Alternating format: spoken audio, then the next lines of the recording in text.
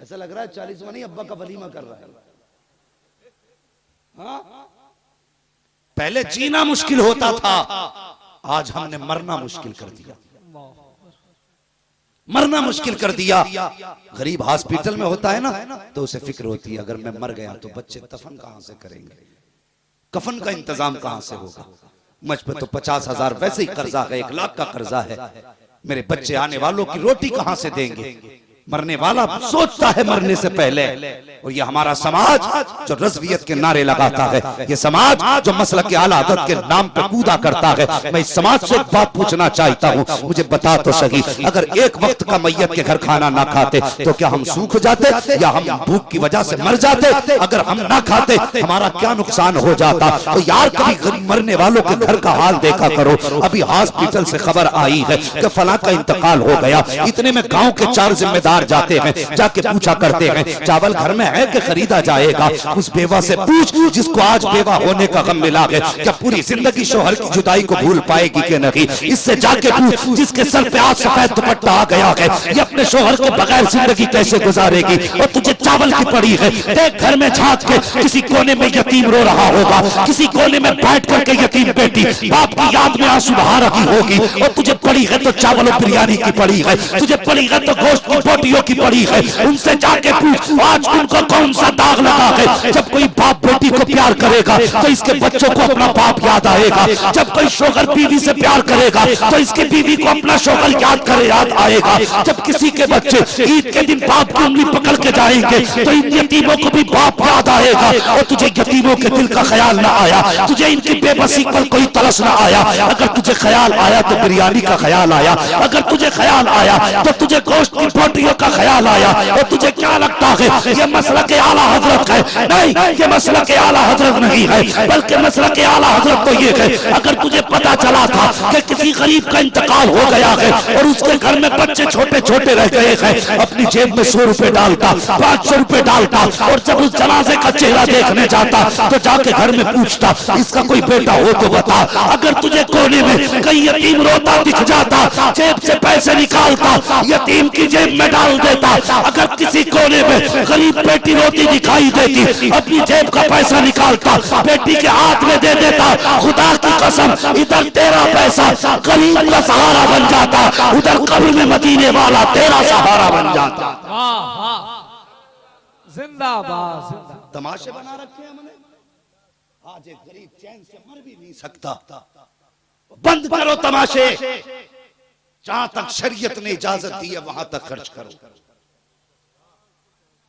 हद से आगे ना बढ़ो। वरना याद रखो जो शरीयत की हदों को पार करता है उसके पर काट दिए जाते हैं। पता चला हमने सवाब के लिए काम किया और अजाब शुरू हो गया। मुश्किल होता है यार बाप के बगैर जिंदगी गुजारना।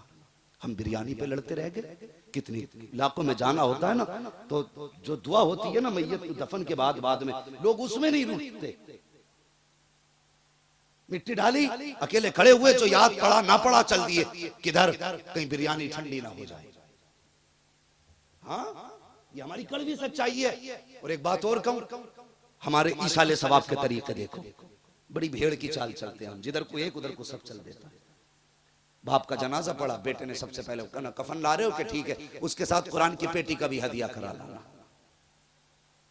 मस्जिदों में देखी है ना पेटियां रखी हुई कुरान पाक की, रखे रखे गर्द चढ़ गई, कोई पेटियों को झाड़ने वाला नहीं। कितने पारों को रखे रखे जंग लग गई, आज उन पारों को कोई खोलने वाला नहीं। हमारा तो मिजाज ही बन गया, जिसका मन जहां मैयत हुई पेटी लेके चलती है, जहां मैयत हुई पेटी लेके चलती है। मकसद ये था ना अल्लाह सवाब बख्शे, यही तो मकसद था। लेकिन कुरान रखे रखे सवाब देगा या जब पढ़ा जाएगा तब सवाब मिलेगा? बोले जब पढ़ा जाएगा तब सवाब मिलेगा ना। तो अगर वहां जरूरत पूरी हो गई है तो फिर अब पेटी लेके क्यों चले? कुछ और सोचना था। कुछ और क्या सोचना था, आसान तरीका बता दूं। बस मैं बहुत ज्यादा आपको परेशान नहीं करूंगा। इंशाअल्लाह दस्तार का नूरानी मंजर भी देखना है। मैं सुने, अगर बाप की मैयत घर में पड़ी है या माँ का जनाजा पड़ा है तो कफन मार्केट से मंगा, खुद उठ मदरसे की तरफ जा और मदरसे के कमरों को जाके झांक, पूछ कुरान वाले बैठ के कुरान कहाँ पढ़ते, ये तुम्हें बताएंगे। यहाँ बैठ के कुरान वाले कुरान पढ़ते, नजर उठा देख पंखा लगा है कि नहीं, क्या क्या ये जहाँ गर्मी में बैठ के पढ़ते हैं वहाँ हवा का इंतजाम है कि नहीं। क्या ये आज हमारे घरों के अंदर अगर एसी खराब हो जाए तो 5 मिनट में मिस्त्री आता है, इतनी फास्ट सर्विस है।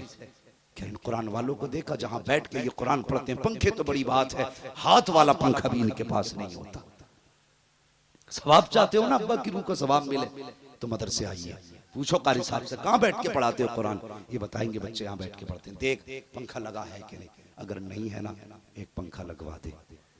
फिर पूछ बच्चे पानी कहाँ से पीते हैं, तेरे बच्चे फ्रिज का पानी पिए और कुरान वालों को ताजा नल का भी पानी नसीब नहीं होता, कभी कभी ये गर्म टंकी का पानी पीते हैं।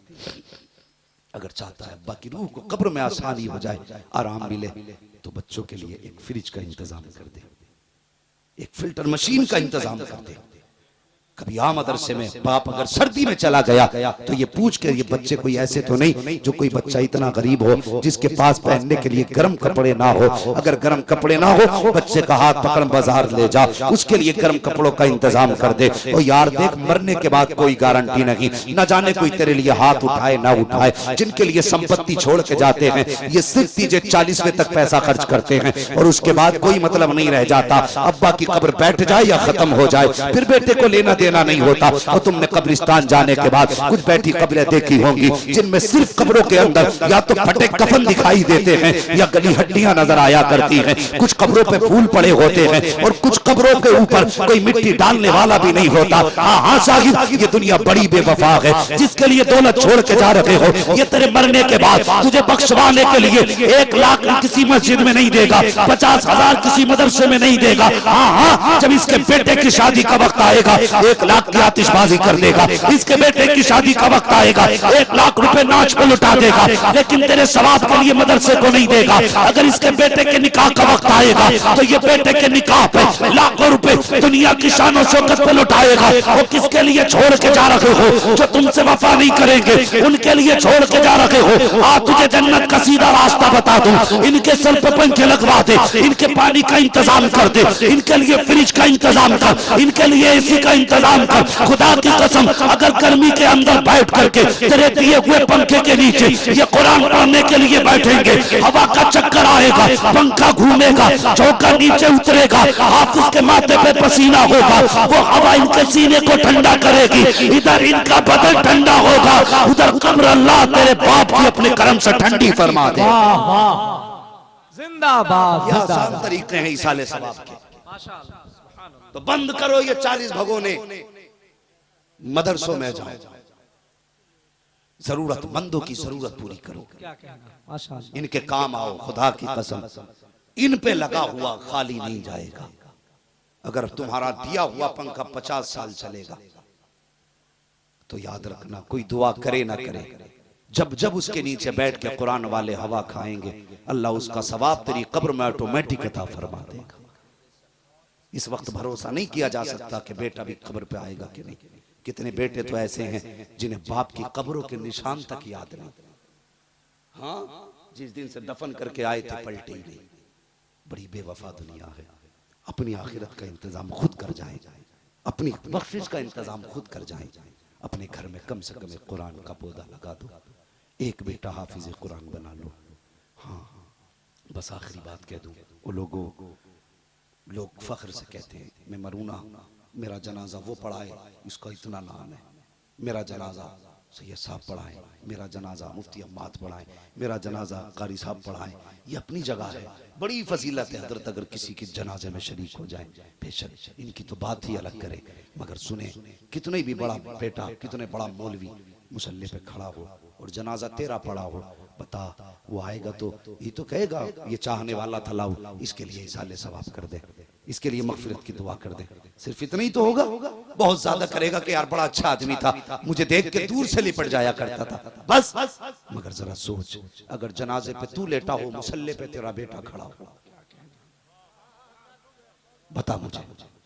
हम आएंगे दफन में, फाता भी पढ़ेंगे, लेकिन बता जो दर्द बेटे के सीने में होगा क्या वो दर्द मेरे सीने में होगा?